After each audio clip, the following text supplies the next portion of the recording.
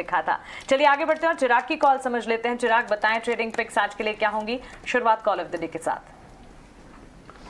तो मेरे दो बाई कॉल एक सेल कॉल है।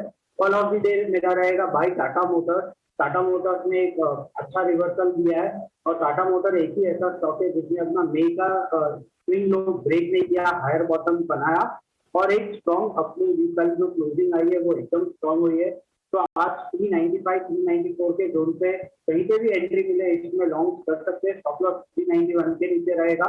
इंट्राडे टारगेट मुझे 407 लग रहा है। सेकंड मेरा बाई कॉल है मारुति पे। ऑटोमोबाइल स्टॉक में मारुति मुझे लग रहा है कि एक inverted head and shoulder pattern बना रहा है, जिसका राइट शोल्डर अभी अंडर फॉर्मेशन है और अब यहाँ पे आगे फॉलो बाई दिख सकती है।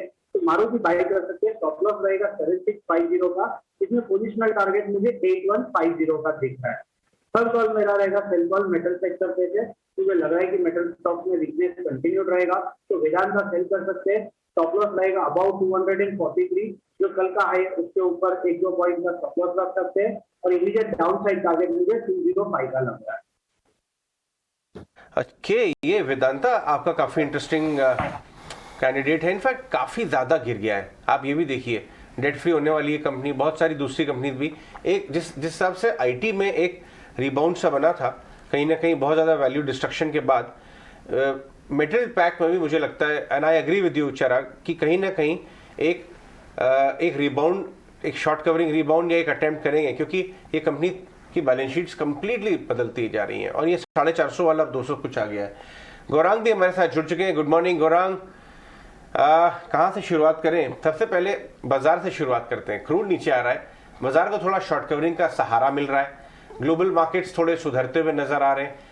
आप कैसे इस समय अप्रोच करेंगे मार्केट?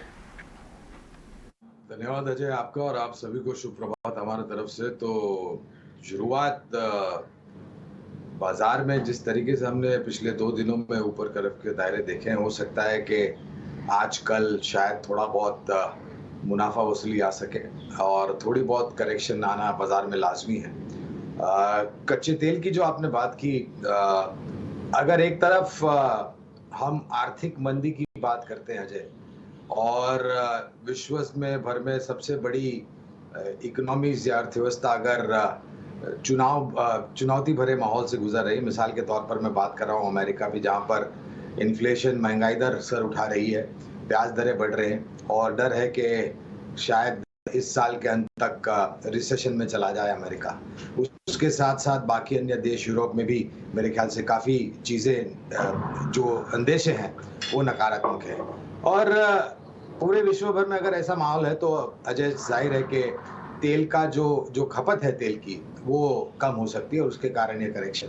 उसके साथ साथ जुलाई और अगस्त में हमने जब पिछली बार ओपेक प्लस देशों की मीटिंग हुई थी, तो उन्होंने बताया था कि जुलाई से अपना उत्पादन ऊपर करेंगे। तो संभावना है कि अगर सप्लाई आता है बाजार में कच्चे तेल का, तो शायद करेक्शन आपको दाम में भी आती हुई दिखेगी। तो हमारे अर्थव्यवस्था के लिए ये अच्छी बात है अजय, लेकिन रुपया कहाँ पर जाकर के ठहरता है ये भी देखना बहुत ज़रूरी होगा। मेरा ये मानना है कि $100 के नीचे ब्रेंट और करीबन $90 के आसपास नाइमेक्स अगर आता है तो ये बहुत ही सकारात्मक बात होगी। इसके लिए समय लगेगा, ऐसा नहीं कि एकदम से नीचे आएगा, लेकिन मैं मानता हूँ कि ये जो करेक्शन हमने देखा है और ये जो 15,200 के नीचे थोड़ा बहुत जो स्तर बना था सोमवार के दिन और फिर हमने रिकवरी देखी है, ये लंबी अवधि के लिए खरीदारी के लिए बहुत बेहतरीन मौका है। और आपने मेरे ख्याल से आईटी क्षेत्र का जिक्र किया था, तो वहाँ पर एक मझौली आईटी क्षेत्र की कंपनी है माइंट्री, जिसमें L&T इन्फोटेक का विलय होने वाला है, मर्जर होने वाला है।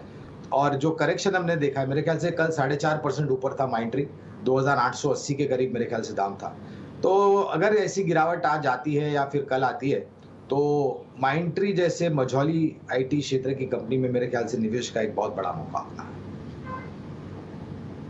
इस बीच माइंट्री को लेकर गौरांग अपनी यहाँ पे रिकमेंडेशन भी रखते हुए, अपना सुझाव भी रखते हुए, ओवरऑल मार्केट पे भी उन्होंने अपनी बात रखी है।